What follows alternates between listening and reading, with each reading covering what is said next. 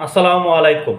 আমাদের বাংলাদেশের সাবেক প্রধানমন্ত্রী এবং আওয়ামী লীগের সভানেত্রী শেখ হাসিনাকে ফাঁসির কাস্টে ঝোলানোর জন্য একটি সূক্ষ্ম পরিকল্পনা চলছে।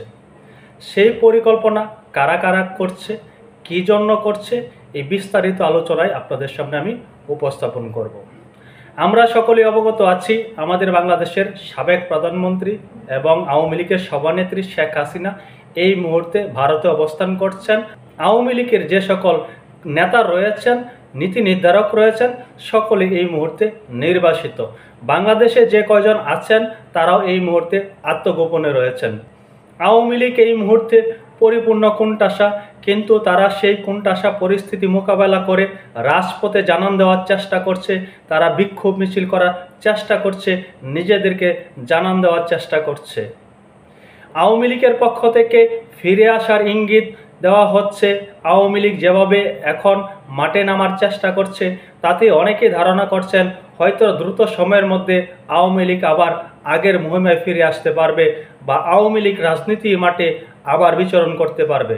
কিন্তু শেখ হাসিনাকে নিয়ে অনেক কথা রয়েছে, অনেক জল্পনা কল্পনা রয়েছে।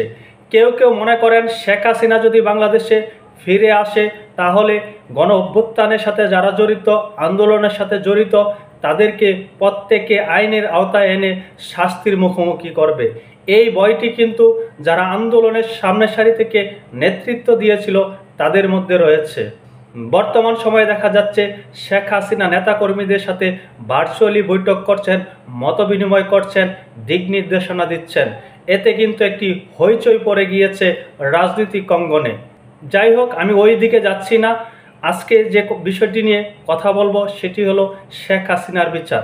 আমরা সকলে অবগত আছি, আন্তর্জাতিক অপরাধ ট্রাইব্যুনালে শেখ হাসিনা নামে বেশ কয়টি মামলা রুজু করা হয়েছে, যেখানে উল্লেখ করা হয়েছে শেখ হাসিনা জুলাই আগস্টে গণহত্যা করেছে, মানবতা বিরোধী অপরাধ করেছে। গত 2 দিন আগে শেখ হাসিনার বিরুদ্ধে চার্জশিট দাখিল করার কথা ছিল, কিন্তু অ্যাটর্নি জেনারেল জানিয়েছেন, তিনি ইঙ্গিত দিয়েছেন হয়তো সেই চার্জশিট দাখিল করতে আরও 2 থেকে 3 মাস সময় লাগবে। শেখ হাসিনার বিরুদ্ধে তারা কোনো প্রকার ঝুঁকি নিতে চাচ্ছেন না। রাষ্ট্রপক্ষ চাচ্ছে এমনভাবে চার্জশিটটি দাখিল করা হবে এখানে যেন কোনো প্রকার ঘাটতি না থাকে, কমতি না থাকে, এমন কোনো যেন শেখ হাসিনা সুযোগ না পায়, সেই সুযোগকে ব্যবহার করে তিনি রেহাই পেয়ে যেতে পারেন।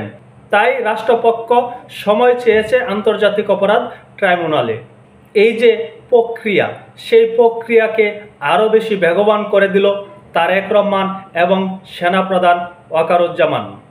আমাদের সেনাবাহিনীর প্রধান ওয়াকারুজ্জামান অনেকেই বলে থাকেন তিনি সকল রাজনৈতিক দলের নীতি নির্ধারকদের সাথে যোগাযোগ রাখছেন, এমনকি শেখ হাসিনার সাথেও তার নিয়মিত যোগাযোগ রয়েছে, তারেক রহমানের সাথে যোগাযোগ রয়েছে, জামাতে ইসলামের সাথে যোগাযোগ রয়েছে, অন্তর্বর্তী সরকারের সাথে যোগাযোগ তো রয়েছেই।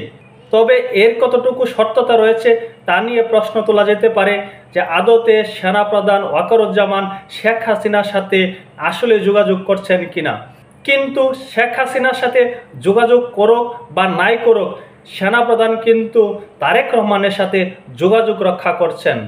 গত 2 দিন আগে তারেক রহমানের সাথে ফোনালাপ করেছেন ওয়াকারুজ্জামান। সেখানে বাংলাদেশের বর্তমান পরিস্থিতি নিয়ে আলোচনা হয়েছে। সেই ফোনালাপে একটি বিষয় ছিল শেখ হাসিনাকে নিয়ে এবং দ্রুত নির্বাচন ব্যবস্থা নিয়ে।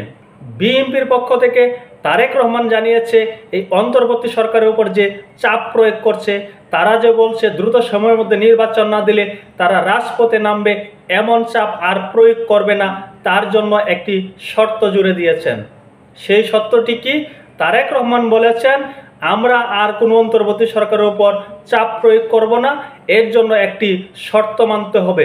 সেই শর্তটি হলো দ্রুত সময়ের মধ্যে শেখ হাসিনার বিরুদ্ধে চার্জশিট দাখিল করতে হবে এবং দ্রুত বিচার কার্যক্রম শেষ করে শেখ হাসিনাকে ফাঁসিতে ঝুলাতে হবে, শেখ হাসিনার বিরুদ্ধে একটি রায় দিতে হবে।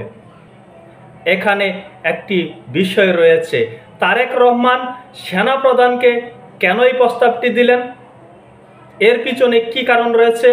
এর পিছনে কারণ খুঁজতে গেলে আমাদের আর কয়েকদিন পিছনে যেতে হবে। আমরা সকলে অবগত আছি জামাতের আমির বিএনপির চেয়ারপারসন এবং ভারপ্রাপ্ত চেয়ারম্যান তারেক রহমানের সাথে লন্ডনে দেখা করে এসেছেন। হয়তো সেখানে এমন একটি আলোচনা হয়েছে যে আমাদের রাজনৈতিক যে চিরশত্রু রয়েছে আওয়ামী লীগের সভানেত্রী শেখ হাসিনা, জামাতের বড় বড় নেতাদেরকে তার আমলে ফাঁসি দেওয়া হয়েছে, তারই একটি প্রতিশোধ নেওয়ার ব্যবস্থা হয়তো তারা আলোচনা তো করেছেন, বা শেখ হাসিনার বিচার দ্রুত সময়ের মধ্যে হওয়া প্রয়োজন, এমন কথাটি জামাতের আমির তারেক রহমানকে বোঝাতে সক্ষম হয়েছেন।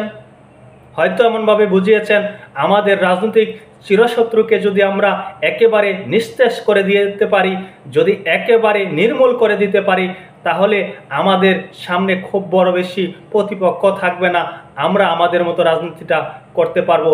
যেহেতু জামাত এবং বিএনপি একটি সময় জোটবদ্ধ রাজনীতি করেছে, হয়তো তাদের সেই মতানৈক্য হয়েছে, যার কারণে তারেক রহমান বলছে শেখ হাসিনার বিচার দ্রুত সময়ের মধ্যে হতে হবে। শুধু চার্জশিট দাখিল নয়, চার্জশিট দাখিলের পরে দ্রুত সময়ের মধ্যে যেন রায় হয় তার ব্যবস্থা করতে হবে।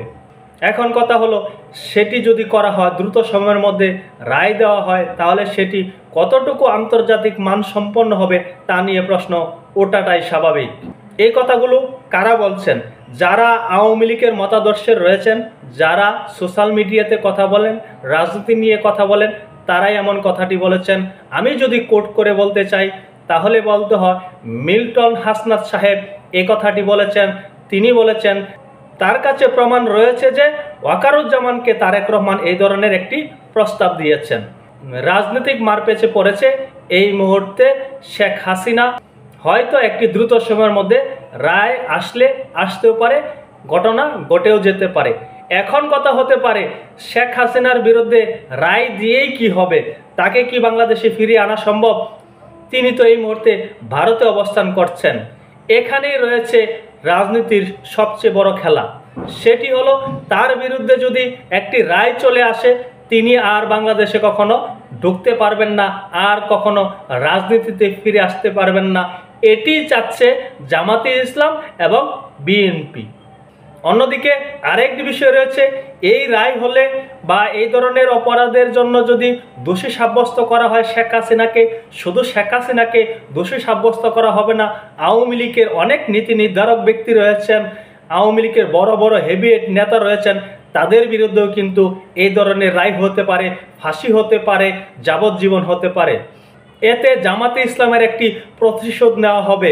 জামাতে ইসলামের যে সকল ব্যক্তিদেরকে মানবাধিকার লঙ্ঘনের দায়ে, যুদ্ধ অপরাধের দায়ে ফাঁসিতে ঝোলানো হয়েছে, তারই একটি প্রতিশোধ হিসাবে আওয়ামী লীগের সমপরিমাণ নেতাদেরকে ফাঁসির কাস্টে ঝোলাতে চাচ্ছে জামাতে ইসলাম।